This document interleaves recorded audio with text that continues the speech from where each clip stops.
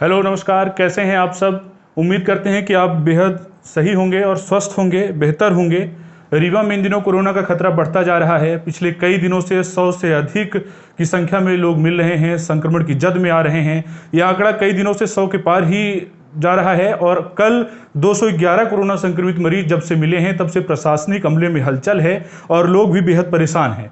इसके तहत अब पाबंदियां की जा रही हैं और अब प्रशासन सख्त हो रहा है, जिसके लिए अब कोरोना कर्फ्यू भी लगाया गया है। कोरोना कर्फ्यू लगाया गया है जिसमें यह तय किया गया है कि 15 अप्रैल गुरुवार सुबह 6 बजे से दिनांक 23 अप्रैल 2021 शुक्रवार को शाम 6 बजे तक यह कोरोना कर्फ्यू प्रभावी रहेगा।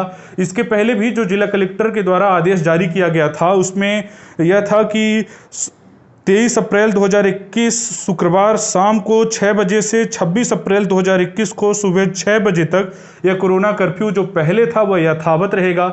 आज मैं इस खास मकसद से आपके पास हाजिर हुआ हूं कि इस कोरोना कर्फ्यू में क्या गाइडलाइन जारी की गई है, इस पर आपसे बात करेंगे और साथ ही यह आपको बताएंगे कि आखिर कोरोना कर्फ्यू जो लॉकडाउन के जैसा ही होगा, इसमें किस तरह से सख्ती की जाएगी, किन्हें छूट रहेगी, कौन अपने दफ्तर जा सकेगा, इमरजेंसी सेवाओं का क्या होगा और इसके साथ ही पब्लिक ट्रांसपोर्ट में क्या होगा। इन सारी बातों पर जिक्र करने के लिए आपके पास आया हूं और मेरे पास जो गाइडलाइन आई है इसमें क्या है ये मैं आपको बताने वाला हूं। किन गतिविधियों पर छूट है ये भी बताऊंगा।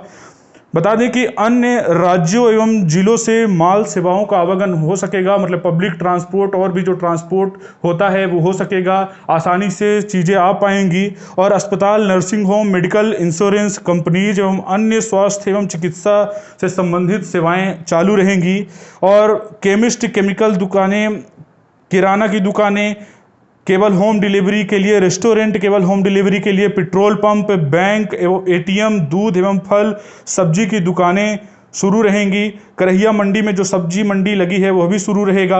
दोपहर 12 बजे तक ये खुला रहेगा। सब्जी मंडी के बाद दोपहर 12 बजे के बाद यह प्रतिबंध कर दिया जाएगा। आवश्यक सामग्रियों की होम डिलीवरी नगर पालिका निगम रीवा द्वारा की जाएगी और औद्योगिक इकाइयों, औद्योगिक मजदूरों, उद्योगों हेतु कच्चा तैयार माल उद्योग के अधिकारियों, कर्मचारियों का आवागमन भी जारी रहेगा।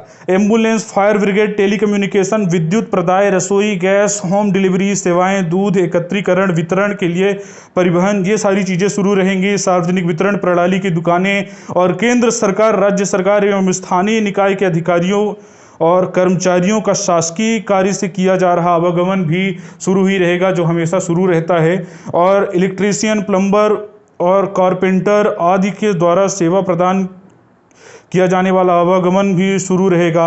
इसके साथ ही कृषि संबंधित सेवाएं जैसे कृषि उपज मंडी, उपार्जन केंद्र, खाद्य बीज, कीटनाशक दवाएं, कस्टम, हायरिंग सेंटर्स, कृषि यंत्र की दुकानें तथा पशु आहार सेवाएं आदि भी शुरू रहेंगी।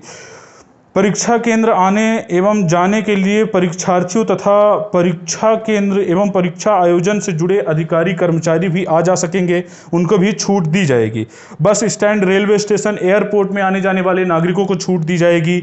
इसके साथ ही आईटी कंपनियां और बीपीओ, मोबाइल कंपनियों का सपोर्ट और स्टाफ एवं यूनिट्स, ई कॉमर्स सुविधाएं भी चालू रहेंगे। अखबार वितरण एवं अधिमान्य प्राप्त पत्रकारों को भी इसमें छूट दी जाएगी। चूँकि वर्तमान में जिस तरह से परिस्थिति निर्मित हो रही है, लगातार रीवा में केसेस बढ़ रहे हैं, यह आंकड़ा लगातार 100 के ऊपर ही जा रहा है। आए दिन 100 से लोग संक्रमण की जद में आ रहे हैं। देश और दुनिया में कोविड-2 का जो लहर है इसमें तेजी से लोग इसकी चपेट में आ रहे हैं। इस खतरे को देखते हुए जिला प्रशासन ने यह कार्यवाही की है और यह कठोर कदम उठाया है। ये कर्फ्यू जो है, कोरोना कर्फ्यू, ये टोटल लॉकडाउन के जैसे ही रहेगा, लेकिन इसमें कुछ छूटें रहेंगी। लॉकडाउन के दौरान आने जाने पर भी रोक लगाई गई थी, लेकिन इसमें आने जाने की रोक नहीं लगाई गई है। अन्य राज्यों से भी लोग आ सकेंगे, हालांकि उसके लिए भी कुछ अलग अलग गाइडलाइन हैं। इसके अलावा शादी समारोह में किस तरह से काम किया जाएगा, इस पर भी बताना बहुत ज़रूरी है आपको, क्योंकि कई दिनों से जिस तरह से शादी के लिए जो पहले से लगन फिक्स हो चुकी हैं, जिनका शादी होना है, तो उसमें आपको बता दें कि 20 लोग वर पक्ष से और 20 लोग वधू पक्ष से रहेंगे। कुल मिलाकर नाई पंडित सबको मिलाकर 40 लोगों को अनुमति दी गई है कि वो किसी भी शादी समारोह में शामिल हो सकेंगे, लेकिन इसकी सूचना उन्हें अब संबंधित थाने में देना होगा। वहाँ बताना होगा कि कितने लोग रहेंगे और इसकी जिम्मेदारी लेनी होगी कि कोविड गाइडलाइन का पालन वो बाखूबी कर रहे हैं। इसके साथ ही अनिवार्य रूप से जो बारात प्रस्थान की जाएंगी उनकी अनुमति भी थाने में, संबंधित थाने में सूचना देकर आप कर सकते हैं, बारात के लिए प्रस्थान कर सकते हैं।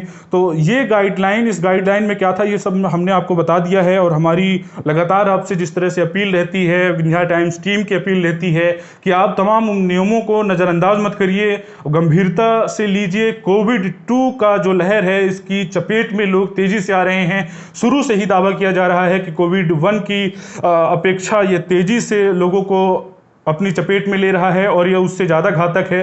तो हमारी हर बार आपसे यही गुजारिश है कि आप सुरक्षित रहिए, सेफ रहिए, मास्क लगाइए, सोशल डिस्टेंसिंग का पालन करिए और इन तमाम गाइडलाइन को भी ध्यान में रखिए। धन्यवाद।